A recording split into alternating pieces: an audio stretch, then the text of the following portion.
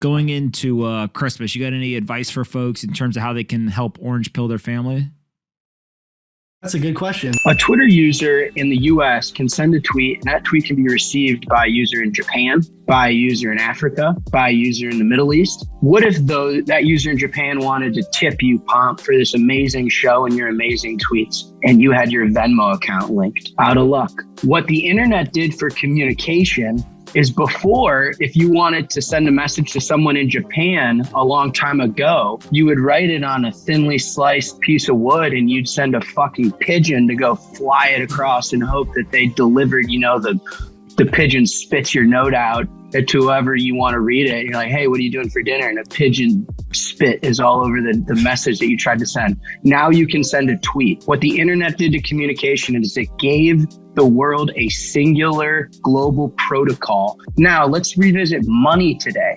Today, money is still in pigeon land. Money is still in riding a horse carriage to deliver newspaper land, where if you're in the US, you've got Cash App and Venmo.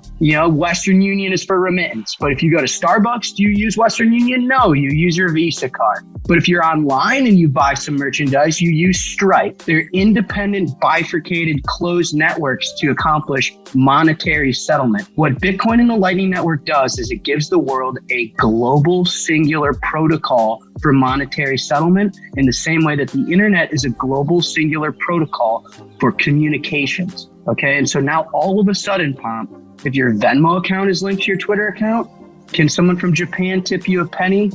No. But if you're hooked into the singular, global, interoperable monetary protocol for the world, can they tip you a penny over the Lightning and Bitcoin network? Yes.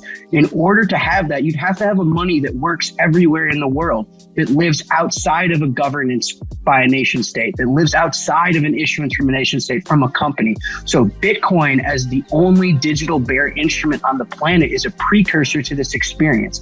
And then on top of that, you need a protocol that can allow it to achieve instant physical bearer instrument settlement and free physical bearer instrument settlement. And that's the Lightning Network. And combined, what the internet did for communication, Bitcoin and the Lightning Network is doing for money.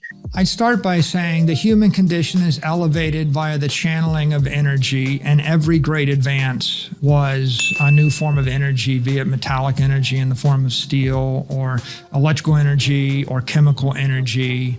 And Bitcoin is the next evolution of that, right? So the first reason is it's compelling and critical to the advance of the human race. The second observation is every successful investment idea in the 21st century was a digital transformation of music, digital transformation of entertainment, digital transformation of books, digital communications.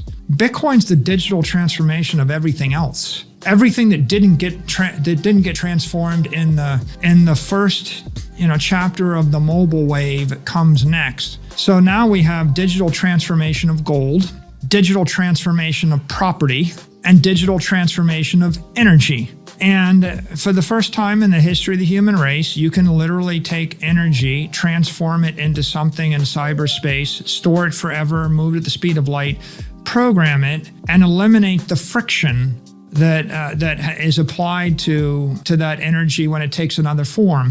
$650 billion has been printed by the Federal Reserve this year. That's killing the people in our family that didn't get educated or don't own Bitcoin. I'm from a family of immigrants, as you know, Italian immigrants. They can't catch up with this nonsense. You and I can own assets. Our assets are going to appreciate and our standard of living will be just fine. But if you're a wage holder and the Federal Reserve is printing $700 billion of money, you're screwed, Pomp. And I told you that when we first met. When they broke the contract with gold in 1971, they slowly eroded middle and lower middle class living standards. And now we're living in an age of populism, economic desperation for a large group of people, which used to be economic aspiration. And we've weakened the society. So when you see something like Bitcoin, you're like, oh my God, this is a technological innovation which can actually be a store of value for those people, can help the underbanked, and could literally transform the world. I do believe there will be a time when energy, oil and natural gas is priced in Bitcoin. I think Vlad Putin is thinking of that right now. Okay. And to do that, he's basically think, how does he get out of the petrodollar? He doesn't want to hold US treasuries in reserve. Those are fiat contracts that are programmed to debase. What if he took Bitcoin in payment for his energy? Wow. Then he's starting to build up a reserve of the most pristine collateral ever.